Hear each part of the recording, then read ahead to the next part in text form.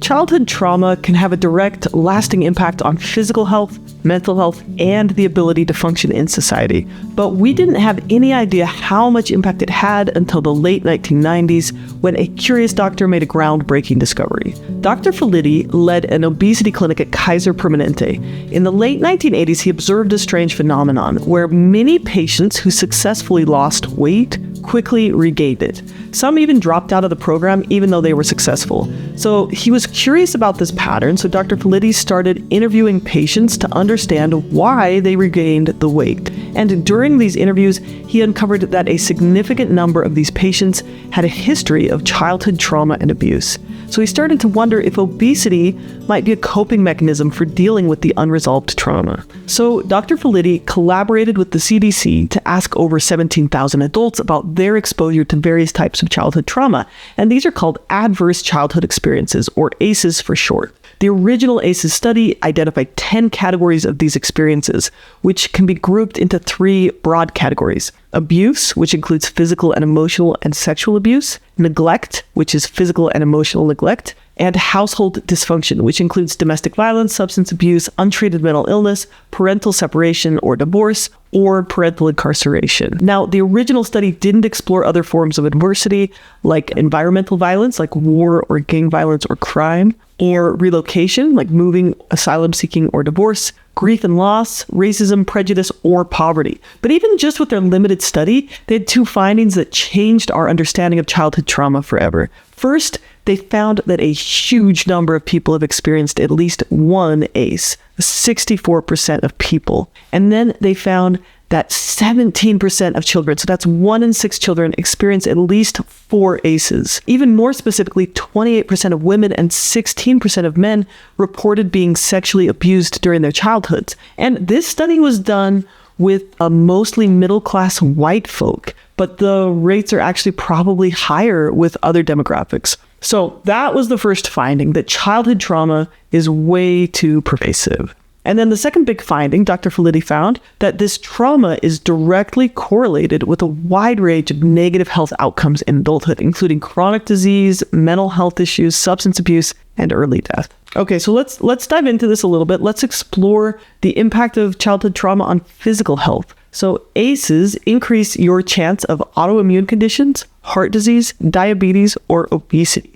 With 6 ACEs, you are twice as likely to have cancer and 15% more likely to have a chronic disease like heart, lung, or liver disease. ACEs fuel behavioral problems like substance abuse, smoking, risky sexual behavior, and criminal activity. With 4 or more ACEs, you're 17 times more likely to struggle in school and 7 times more likely to be an alcoholic. And then, of course, childhood trauma massively impacts mental health. People who didn't experience ACEs as a child have around a 12% chance of experiencing depression, compared to a 35% chance for men and a 66% chance for women who did experience ACEs in their childhood. With an ACE score of 6, there's a 5,000% increase in suicide attempts, in the likelihood of a suicide attempt. And adverse childhood experiences increase your chances of PTSD, anxiety, and most other mental health concerns. And ACEs are directly related to at least 1/3 of mental health conditions in adulthood.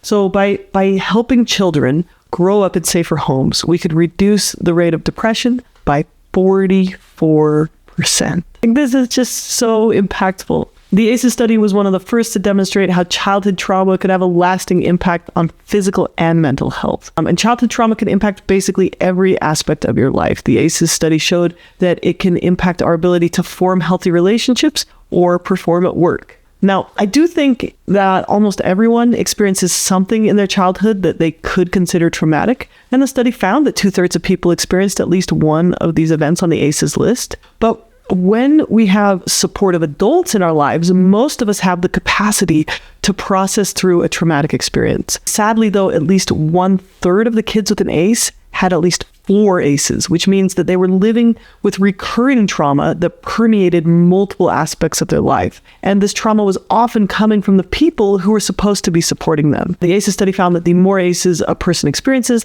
the higher risk for these negative impacts in their adult years. So in addition to the individual suffering caused by childhood trauma, it's also really expensive for our society. The Journal of American Medical Association recently published a new study that found that ACEs cost our nation a staggering $14 trillion annually because of the related health conditions, but also the cost of law enforcement and substance abuse treatments and incarceration, all the lost productivity that people have due to disabilities from depression and other mental health concerns. Now, childhood trauma is having a massive impact on our society and on our individual and personal health. But this isn't all bad news. Understanding ACEs has led to the development of trauma-informed care. So this helps teachers and doctors and therapists recognize and respond to the effects of trauma in both children and adults. So that's one of the good things that came from this study. So let's just explore for a second why trauma can be so harmful to physical health, and then we'll explore what we can do about it. So, how does trauma increase the risk of disease? Chronic exposure to stress during childhood can lead to long-lasting changes in how the body and the brain react to stress, which can contribute to various health problems later in life. The body's stress response system, also known as the hypothalamic pituitary adrenal axis, the HPA axis, is responsible for managing how the body reacts to stress. When faced with a stressful situation, the HPA axis triggers the release of stress hormones like cortisol and adrenaline. These hormones prepare the body for a fight or flight response, which increases your heart rate, your blood pressure, your blood sugar levels, and a bunch of other physiological changes. Now, adversity isn't inherently bad.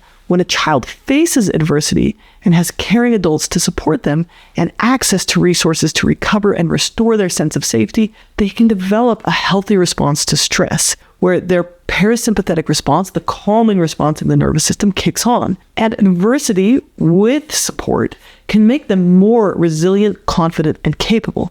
But when a child is isolated or threatened by their own caregivers or exposed to repeated stressors, they never get a chance to restore that sense of safety. So this creates chronic stress, which can interfere with the body's natural ability to regulate. The HPA axis can become dysregulated and can get stuck in one of two states: hyperarousal, which is where the stress response becomes overactive, which leads to consistently high levels of cortisol and other stress hormones. And this chronic stress response can damage body systems over time, including cardiovascular, immune, and digestive systems. And then the second way the nervous system can respond is sometimes it gets stuck in hypoarousal. So the HPA axis becomes underactive, leading to an insufficient release of cortisol. This is essentially getting stuck in the freeze state or the shutdown state.